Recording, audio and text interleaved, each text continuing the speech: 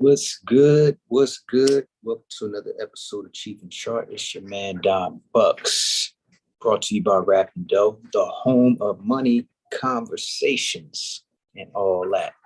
So if you into stocks, investing, make sure you hit the like, subscribe, notification bell. So you know when I'm going live. Y'all know we talk options and all that. So if y'all was tapped in yesterday, y'all know what's going on. But today is pretty interesting. Shout out to the Womanomics podcast. Dope conversation with the ladies today. It's talking about mindset and all the things that go along with being an entrepreneur. You know what I'm saying? Because, a lot of people make it seem like it's, fairy tale land. But it's not all sunshine. Oh, and this episode is entitled Apple Sundae, Head and Shoulders. Head and Shoulders is a formation that you might want to get used to seeing because it's a bearish formation. And that's what formed. And I'm going to show you all the chart. But back to Womanomics podcast. Tierra and Corinne, dope ladies. Y'all need to check out their podcast. But yeah, they had your boy on there breaking down a few things, dropping some gems. Yeah, they was bringing the gems out your boy today. A few mic drops. So make sure y'all peep that episode. But one thing I was talking about was the difference between the education systems, private versus public. And I was able to experience both of them, right? I got kicked out of Catholic school. I went to Catholic school. Y'all probably know my story. I went to Catholic school for first to 8th grade, got kicked out in 8th grade. From there, I went to public school. And it was a totally different experience. So we was talking about that today. And briefly, I can recap it, because this is relevant information. It's like environment. So that was what I based it around. I was like, environment plays a major role, not only in just education, just in life, period, because peer pressure, and that goes beyond teenage years. We all have peers. Peers are people that are in our social circle, right, that we interact with. So in private school, education is sought after. There's repercussions for not doing your homework and shit like that. So you don't want to be the minority. The majority of the people was trying to shine and do their homework and be smart, right? And there's a select few that disrupt. And that is, frowned upon, not only by the school, but, the rest of the people, rest of the students is like, yo, what's up with you? Oh, he wild. So there's like a draw to be like the majority, which is trying to get good grades, trying not to get a paddle spanking at the chalkboard. So you have a majority of kids that want to learn. So the ones that don't, the select few, are pushed to want to be like the majority. So even if you are disruptive, you end up, reaching for the stars. You might land on the moon, but you know what I'm saying? At least you're further off than where you were if you didn't have that environment. Now take the shoe and put it on the other foot. When you're in the public school arena, as far as my experience, the majority are disruptors. So it's hard to be a good student in that environment, right? It's hard to be a good student because you're in the minority. So it's flipped. So now you don't want to be the minority. No kid wants to be picked out and be the minority. You got to be a strong motherfucker to be able to go through 12 years of school in the public school arena when most people are not really trying to learn, and you come out with a dope education, you know how hard that is? It's doable, but it's a challenge. So that's one point that I was trying to make, that, I made a post the other day about No Child Left Behind. And basically that bill, when they passed that, it's like, yo, that is when they started, the gray area between winners and losers started getting fused. Like, it started becoming the lines began to blur, shall I say. There's no real good way to distinguish the winners from the losers, because they wanted everybody to be a winner. So they like, we don't want nobody staying back, even though they need to, right? Everybody wins. Everybody gets a prize, even if you ain't earn it, right? So they just pushing people through school, and now you got adults that don't know basic things because they didn't have to learn them. It was just going to pass them anyway, right? So it's a challenge dealing with our adults, people that couldn't really necessarily afford private school, right? So the importance of education and environment, man. So we was talking about that. So I'm off my soapbox, but let's look at the chart. Yesterday we said we was going to see some more weakness before it bounced, and let's see what happened. But you don't want to be making, strong predictions, because anything can happen, even if all your ducks is in a row. That's just the nature of trading. You're either gonna understand it or get upset. Right? So today, let's go to the daily chart. We got to start off with the daily, because we are swing traders. We are looking at a shorter term time frame.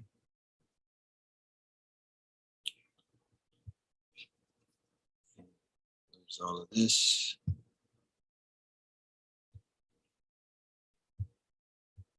Let's see. Make sure everything is copacetic. There we go. So this is the daily. No, it's not the daily. Go to the daily. Boom. Here's the daily. Make the screen bigger. Boom. All right. That's what we got.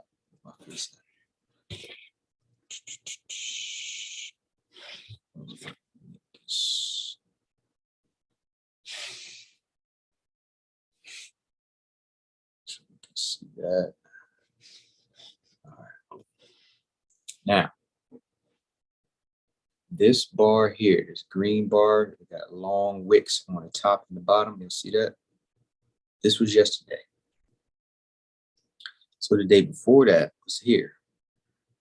So we seen that it bust through, right? But then the next day it tested. It tested the level that it just broke. Because once resistance is broken, now it becomes support. So it tested it, and then it hit the next level. This is where people should have took profit,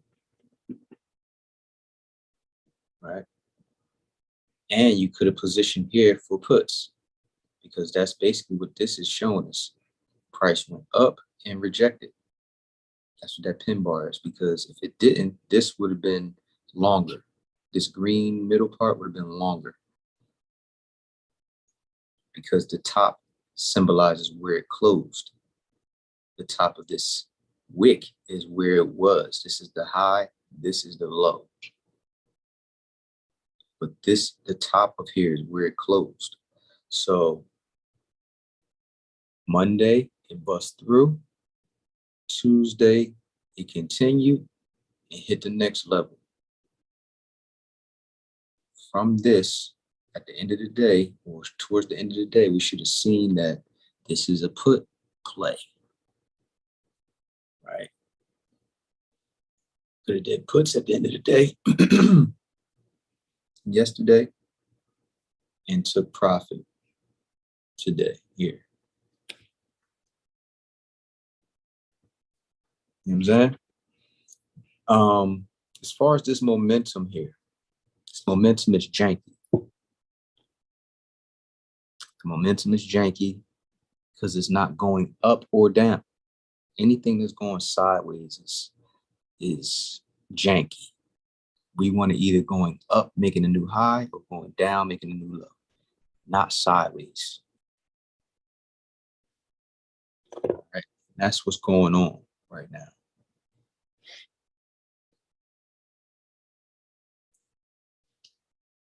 That's what's going on right now. You see this? It's not going up or down. It's going sideways.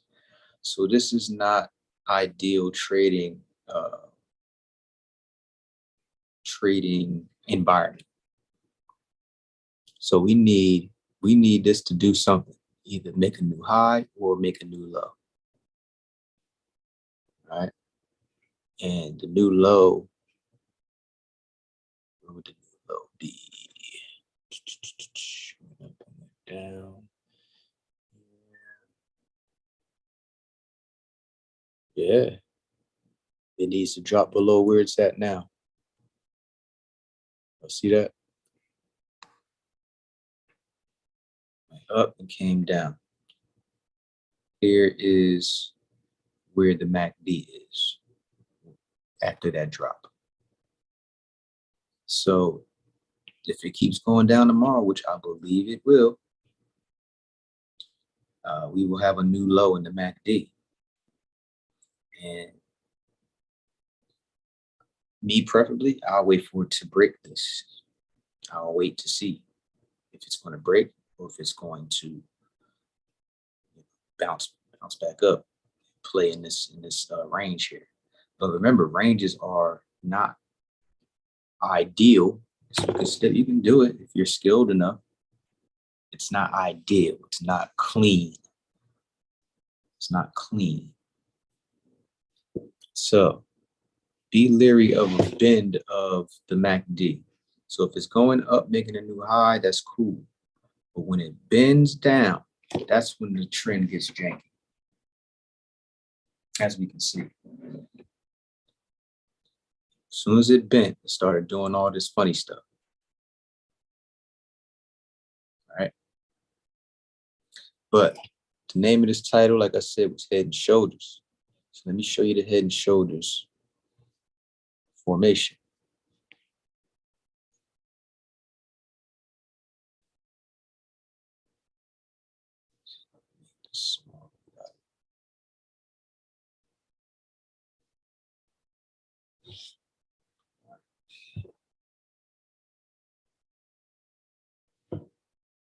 See it already? Shoulder, head, other shoulder. Shoulder, head, other shoulder. Only way you can see that is if you take a long view. You'd be like, wait a minute, that looked like a. So when it was going up here, all right, we couldn't, if you know the formation, the head and shoulders formation, you would be like, you know what? That looked like that's about to form a head and shoulders, because here go the shoulder, here go the head, and it's going back up. So then you can be like, is this a head and shoulder? And the other shoulder never goes as high as the next shoulder. It typically doesn't go up to the next equal height. So that's basically what this is. Head and shoulders. And lo and behold, the other shoulder makes a peak and comes down. So that's what we're experiencing here.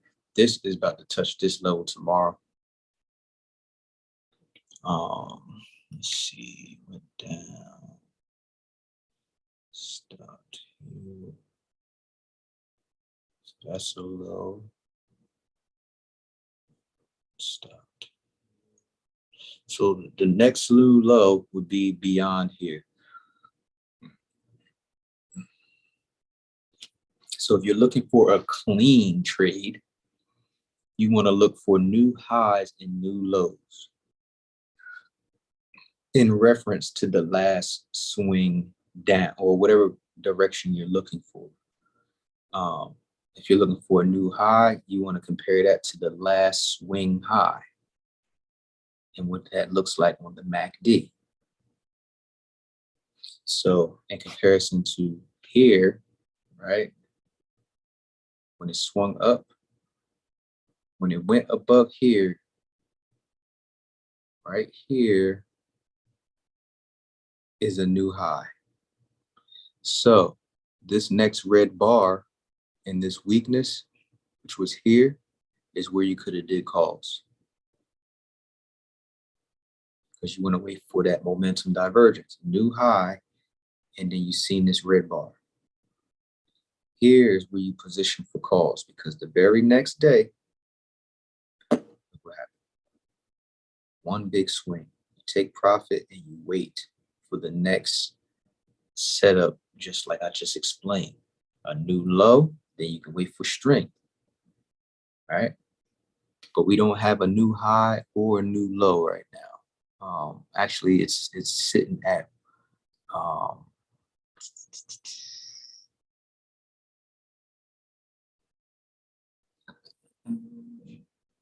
down.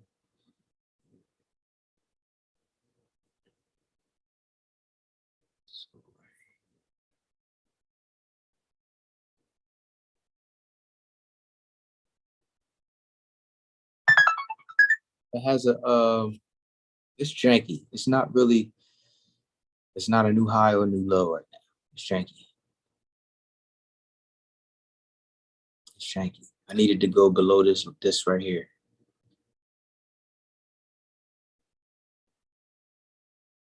I needed to drop below the zero line and go below this peak, this area, to form a new low. And then you can start looking for puts, looking for strength and weakness.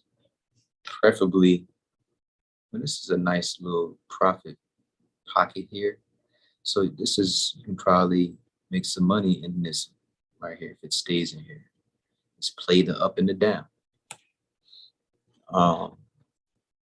But I believe, let's go to the 2 hours, see what we got. Yeah, it's more than 3 in one direction, but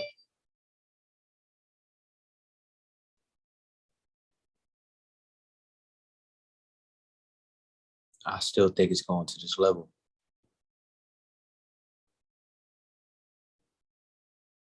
Have to wait and see.